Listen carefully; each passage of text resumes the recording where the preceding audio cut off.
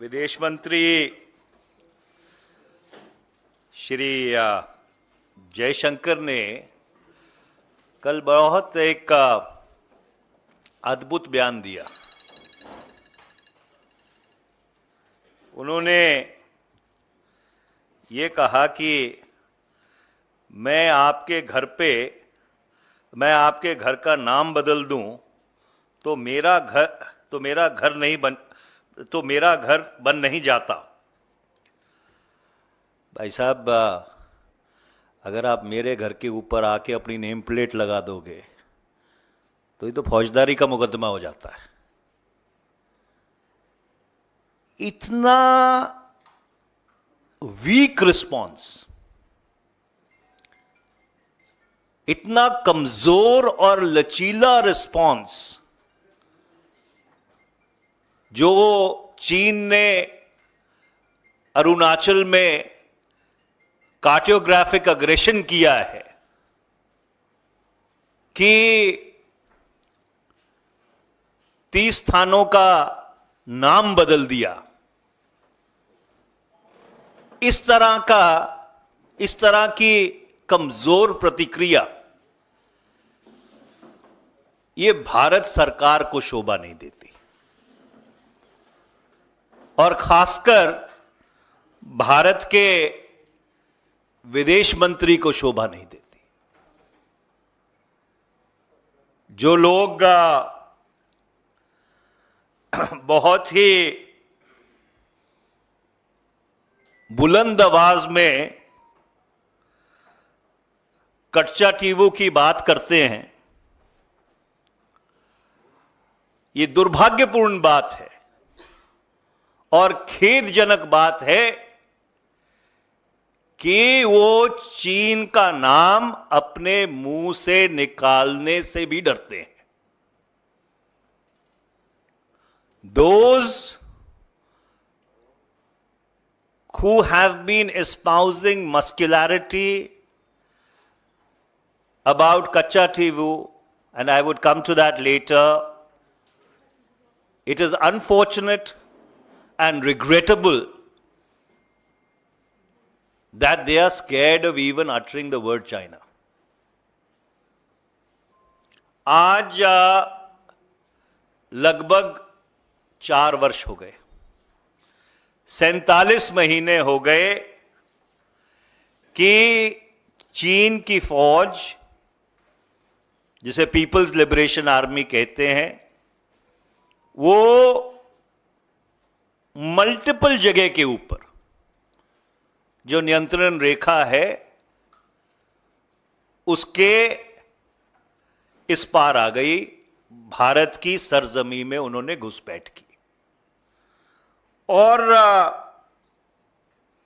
4 वर्ष में 47 महीने में ये जो घुसपैठ है इसके ऊपर सरकार की एक भी प्रतिक्रिया नहीं आई।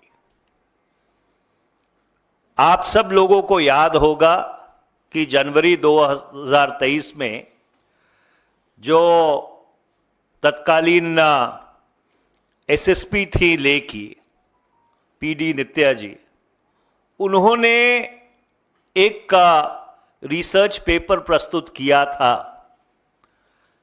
जो डीजीपीज और आईजीपीज की कॉन्फ्रेंस होती है, एनुअल कॉन्फ्रेंस, और उसमें उन्होंने लिखित रूप पे ये कहा था कि जो 65 में से 26 पेट्रोलिंग पॉइंट्स हैं नियंत्रण रेखा के ऊपर,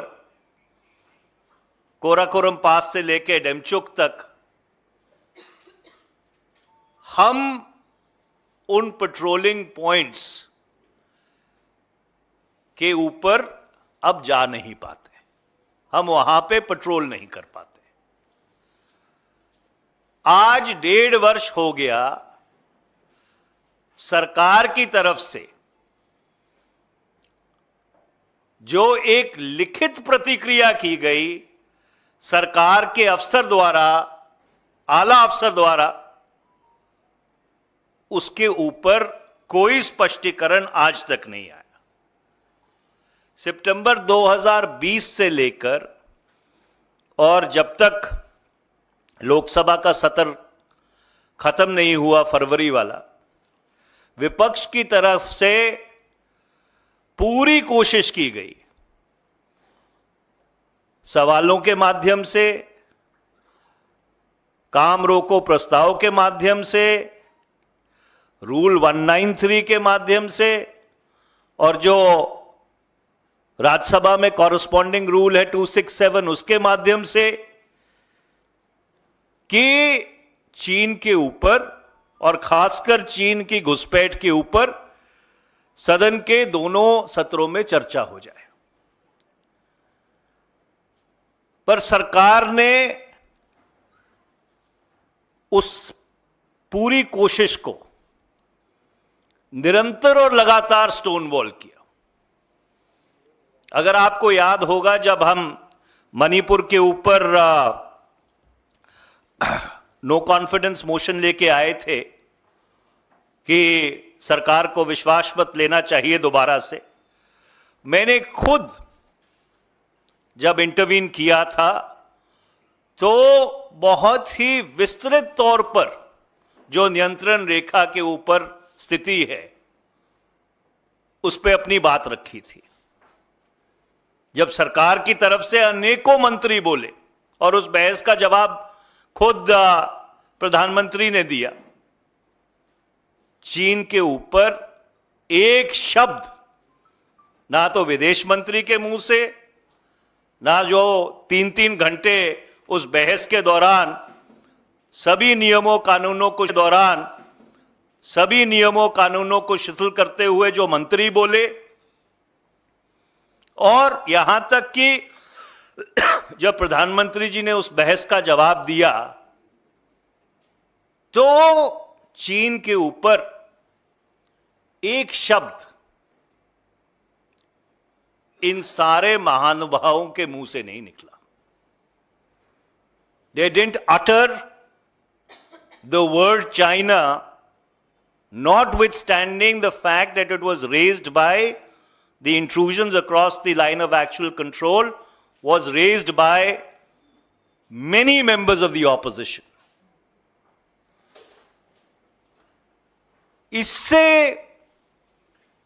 इससे बड़ा प्रमाण क्या हो सकता है कि ये जो सरकार है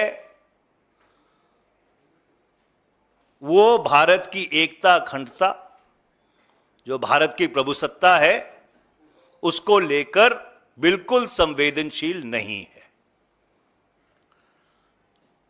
अच्छा, जो लोग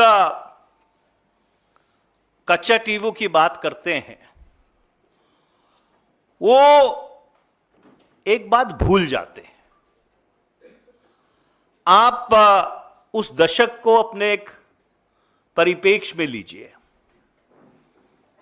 1971 में कांग्रेस पार्टी की सरकार थी, स्वर्गीय श्रीमती इंदिरा गांधी भारत की प्रधानमंत्री थी, और जो दक्षिण एशिया का राजनीतिक मैप है उसको उन्होंने बदल के रख दिया। बांग्लादेश की संरचना की, ना वो अमेरिका से डरी, ना वो सातवें बीड़े से डरी, ना जो प्रेशर वेस्टर्न गवर्नमेंट्स डाल रही थी उसका उनके ऊपर कोई असर हुआ, और जो प्रताड़ना उस समय के पूर्वी पाकिस्तान के लोगों को झेलनी पड़ रही थी कि लगभग 1 करोड़ लोग शरणार्थी हो गए थे, उस पीड़ा का उन्होंने निवारण किया। तो कोई कल्पना भी कर सकता है कि जिस सरकार ने, जिस प्रधानमंत्री ने साउथ एशिया का, दक्षिण एशिया का पॉलिटिकल मैप बदल दिया हो, वो कच्चा टीवू के ऊपर भारत की एकता, अखंडता, प्रभुसत्ता के साथ क्षणिक भर भी समझौता कर सकती थी। ये किस तरह की हास्यास्पद बात है। और मैं भारतीय जनता पार्टी से यह कहना चाहता हूं, हम ये कहना चाहते हैं कि अपनी राजनीतिक रोटियां सेकने के लिए, क्योंकि 19 अप्रैल को तमिलनाडु में चुनाव हैं, ऐसे मुद्दे मत लेके आइए जिनका एक तो कोई औचित्य नहीं है, और दूसरा जिससे जो भारत की सामरिक शाख है दक्षिण एशिया में वो कमजोर होती हो। Do not bring national security with in the realm of your parties in politics. और आखिर में हम उनसे दो सीधे सवाल पूछना चाहते हैं। भारत की कितनी सरजमीन चीन के नियंत्रण में है मई 2020 के बाद, और आप लोगों ने, सरकार ने उस सरजमीन को खाली क्यों नहीं कराया? देखिए, डिफ्लेक्शन और डिस्टॉर्शन से काम नहीं चलता। तू इधर उधर की ना बात कर, ये बता काफिला क्यों लुटा, मुझे रहजनों से गर्ज नहीं, तेरी रहबरी का सवाल है। इस बात का जवाब आज देश मांग रहा है। Thank you very much. The floor is all yours. मुझे नहीं लगता कि इसके तर्जमे की जरूरत है। अगर आपके कोई सवाल होंगे तो मैं जवाब देने के लिए तैयार हूं।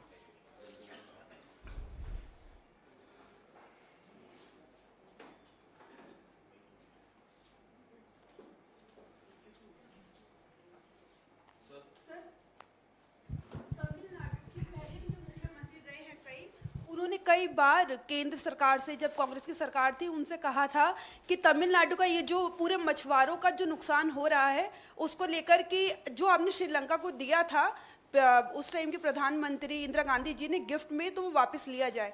तो अभी तक उसकी सुनवाई क्यों नहीं हुई है? देखिए, शायद मेरी अंग्रेजी और हिंदी दोनों ही कमज़ोर हैं। मैंने बहुत विस्तार पूर्वक अपनी भाषा में ये कहने की कोशिश की है कि जिस प्रधानमंत्री ने, स्वर्गीय श्रीमती इंदिरा गांधी ने 1971 में दक्षिण एशिया का जो राजनीतिक मैप है उसको बदल दिया और एक नए मुल्क का निर्माण किया, वो सरकार और वो प्रधानमंत्री किसी मुल्क को भारत का 1 सेंटीमीटर सरजमीन भी क्या गिफ्ट कर सकती हैं? ये मैं आपके विवेक पे छोड़ता हूं कि इसके ऊपर जरा गंभीरता से और जिम्मेवारी से विचार करने की जरूरत है। There was a question there. So do you think that by raising this Kachatev issue, BJP can gain any political mileage in Tamil Nadu? Well, I think the electorate of this country is very wise. They are extremely, they understand as to why certain issues only come up during election time. And the entire attempt to raise a non-issue is primarily to deflect attention from the gross failure of the government on China, which is getting the territory of India under the illegal occupation of China vacated. And as I had earlier stated, that the very meek response by the External Affairs Minister to the renaming of 30 places in India, in Arunachal Pradesh, testifies to both this meekness and weakness. Maniji, could you explain, but because what you said in Hindi, I don't know, but I am just asking question. Can you tell me about in 1974 agreement and 1976 agreement? The 1974 agreement is giving the rights to fishermen in the Kachattu. Why it's that withdraw the 76 agreement? Can you able to explain this? In the Congress party. As far as I understand, agreements are entered into by nation states in a manner which is mutually beneficial. I would, or we would like to ask the Bharatiya Janata Party, what about the land boundary agreement with Bangladesh, which this government entered into in 2015, where much more land was conceded in terms of the enclaves which were transferred to Bangladesh than we got from Bangladesh. I think the difference is almost about 10,000 square kilometers, if I remember from the top of my head. So those who are raising the issue of Kachativu, which happened in 1974, should then first explain their own track record. What about the land boundary agreement with Bangladesh? Why did you give much more territory than you got from Bangladesh? What about the illegal occupation of Indian territory by China, which is a continuum for the last 47 months? Those are the questions which the country needs answers to. Sir Neeraj sir, आप कह रहे हैं कि 47 महीनों में चीन ने भारतीय जमीन को हड़पा है, केंद्र सरकारी आरोपों को खारिज करती है। WMCC की 29 बैठक हो चुकी है, सैन्य कमांडर स्तर की भी अलग से बैठक हुई है। कांग्रेस पार्टी को और खासकर आपको क्या लगता है कि क्यों उन मुद्दों पे बात नहीं बन पा रही है इतनी बैठकों के बाद भी?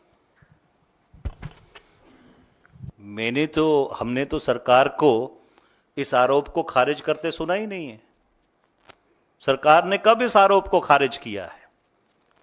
जब गलवान की घटना हुई, दुर्भाग्यपूर्ण घटना थी, हमारे इतने सैनिक उसमें शहीद हो गए, तो जो विदेश मंत्री की प्रतिक्रिया थी गलवान की दुर्भाग्यपूर्ण घटना के तुरंत बाद, और जो प्रधानमंत्री जी की प्रतिक्रिया थी 19 जून 2020 को जब सर्वदलीय बैठक हुई, उन दोनों में जमीन आसमान का फर्क है। There is a complete contradiction between what External Affairs Minister Mr. S. Jaishankar said after the Galwan, the unfortunate tragedy in Galwan, and what the Prime Minister told the all-party meeting. So, except for obfuscation, सिर्फ ध्यान भटकाने के अलावा और हर कोशिश पिछले 4 वर्ष में की गई कि चीन के ऊपर ना संसद में, ना संसद की जो स्थायी समितियां हैं, चाहे वो विदेश मंत्रालय से जुड़ी हों, चाहे रक्षा मंत्रालय से जुड़ी हों, चाहे जो कंसल्टेटिव कमिटीज हैं, किसी में भी चीन का जो घुसपैठ हुई है, अक्रॉस द LAC घुसपैठ हुई है, उसके ऊपर सरकार किसी भी चर्चा के लिए राजी नहीं हुई। ये वास्तविकता है। 1971 में सिर्फ पाकिस्तान के 2 टुकड़े नहीं बल्कि सिक्किम को भी चीन के गिरेबान से चीन के भारत में मिलाया गया था। इतनी बड़ी चीज़ें हुई, लेकिन एक टापू की परसेप्शन पे कांग्रेस बिल्कुल बैकफुट पे आ गई है और भाजपा बिल्कुल फ्रंट फुट पे खेल रही है। तो क्या परसेप्शन की लड़ाई में आप इतने पंगु नज़र आ रहे हैं, कमज़ोर नज़र आ रहे हैं? आप तो सूचना प्रसारण मंत्री भी रहे हैं। देखिए, सबसे पहले तो मैं आपका धन्यवाद करना चाहता हूं कि आपने 1974 जो सिक्किम को भारत में शामिल किया गया, उसको भी हमारे संज्ञान में लेके आए। आपका बहुत बहुत धन्यवाद। अगर हम बैकफुट पे होते तो ये प्रेस वार्ता थोड़ी कर रहे होते, ये सारे सवाल थोड़ी पूछ रहे होते। पिछले 47-48 महीने से जब से ये घुसपैठ हुई है, निरंतर और लगातार ये सवाल थोड़ी उठा रहे होते। एक ये दुर्भाग्यपूर्ण बात ये है, जब भारत की जो कूटनीति है या भारत की जो सामरिक नीति है, उसके साथ क्षणिक का राजनीतिक लाभ वो भी मिलने वाला नहीं है, उसको सामने रखते हुए इस तरह की सियासत की जाए, ये अत्यंत ही दुर्भाग्यपूर्ण बात है। और ये गैर जिम्मेदाराना रवैये का शायद सबसे बड़ा जीता जागता प्रमाण है। सर आपकी इजाज़त से विषय से ज़रा हट करके एक सवाल है सर। सुप्रीम कोर्ट ने संजय सिंह को बेल दे दी है और कहा है कि पेंडेंसी ऑफ द ट्रायल जो है उस दौरान इनको बेल दिया जाए। तो आप तो चूँकि अधिवक्ता भी हैं, कानूनविद भी हैं, क्या इसे ये समझें कि ये एक पार्ट ऑफ द प्रोसेस है या फिर उनके पास तथ्य नहीं है प्रोसिक्यूशन के पास जो उनको होल्ड करता, जेल में रखता? देखिए, ये अच्छी बात है कि उच्चतम न्यायालय ने श्री संजय सिंह जी को जमानत दे दी है, क्योंकि हमारा तो सदा ये मानना रहा है कि जो बात जस्टिस कृष्णा अय्यर ने 1974 में कही थी, that bail should be the rule and jail the exception, फौजदारी का जो कानून है वो उस पर चलना चाहिए। ये दुर्भाग्यपूर्ण बात है कि पिछले कुछ वर्षों में उसको अपने सर पे खड़ा कर दिया गया है, and jail has become the rule and bail has become the exception. Thank you.